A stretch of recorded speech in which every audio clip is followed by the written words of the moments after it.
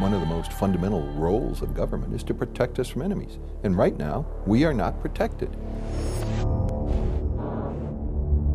Hope is not a good foundation for a national security strategy.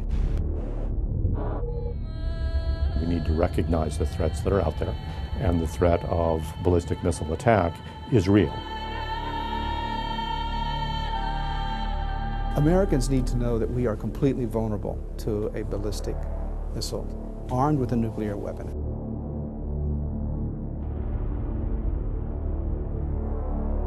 The longest times are typically around 30 to 33, 34 minutes.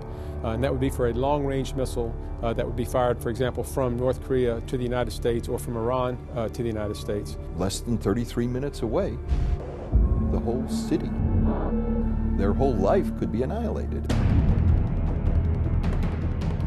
That if an enemy of America had a ballistic missile, they could basically use it to hold America hostage. Then someday there'll come in a moment when America wants to go forth in the world and do something good. The enemy's going to say, if you do that, we're going to shoot this missile in New York or Los Angeles or San Francisco. It's very difficult to guess the number of states that will have ballistic missiles in 10 years. I mean, if one follows a straight line projection, the number gets quite large. It's the type of state that is acquiring ballistic missiles that is most disturbing. And we've already seen the transfer of very short-range rockets and missiles from a state to a terrorist organization. When you marry that with a weapon of mass destruction, even one fired into an American or allied city could cause tremendous devastation. My number one concern today is a terrorist with a nuclear weapon. Some crazy maniacs to attack us, harm us, and destroy our life. Biological weapons are mass casualty weapons. They can cause diseases in humans, in animals, and kill them.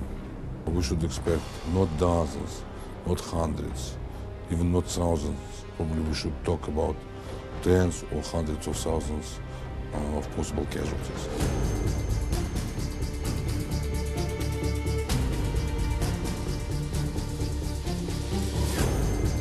I'm standing in front of Ground Zero, one of the most devastating attacks in all of U.S. history. So imagine instead of planes, if this had been a nuclear weapon on a ballistic missile and it had detonated just a few thousand feet above our head. Or electromagnetic pulse, a massive push of ionized particles that might incapacitate every electrical system in the United States. Life in America would never be the same. A ballistic missile defense does provide us with a more effective deterrent against countries like North Korea and Iran. Americans also should know that they are not alone. They have very good allies. They have them in Europe. If we don't deploy whole missile defense projects, it would mean that we will be held like a hostage. Our negotiating position will be weaker. We could fail. Evil has to be prevented. We've got to close off all avenues of attack. It's quite simple and clear to me. If not America, then who? The myth that missile defense won't work. We've heard that for many, many years, despite the evidence, despite the successes. Time and time again, we've proven the critics wrong. Initially, they said that we would not be able to hit a bullet with a bullet. Well, we've gotten beyond being able to hit a bullet with a bullet. We now are able to hit a spot on a bullet with a bullet.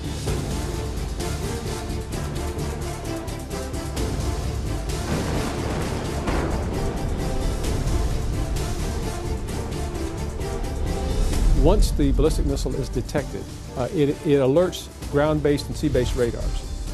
They then put their radar beams on the incoming missile. And then basically, we fly the interceptor, what we call the kill vehicle, right into the warhead. The technology has caught up with the vision that President Reagan laid out, frankly, back in 1983. It's up to us, in our time, to choose and choose wisely between the hard but necessary task of preserving peace and freedom and the temptation to ignore our duty and blindly hope for the best while the enemies of freedom grow stronger day by day. Many Americans may think that we already have an SDI program because they heard Ronald Reagan and other presidents talk about it. The fact is that we do not have enough capability right now to do what we need to do. Many countries now have nuclear capability and ballistic missile capability, which would enable them to launch an attack from many thousands of miles away, wiping out an entire city or perhaps even an entire state. It's critical that missile defense be a part of our national arsenal.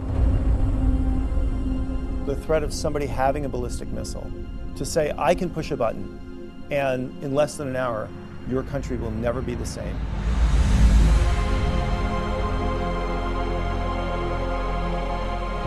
Missile defense, as a part of the total defense of our country, is found in the very first paragraph of the Constitution, the preamble. The Constitution calls for the role of the federal government to give us the common defense.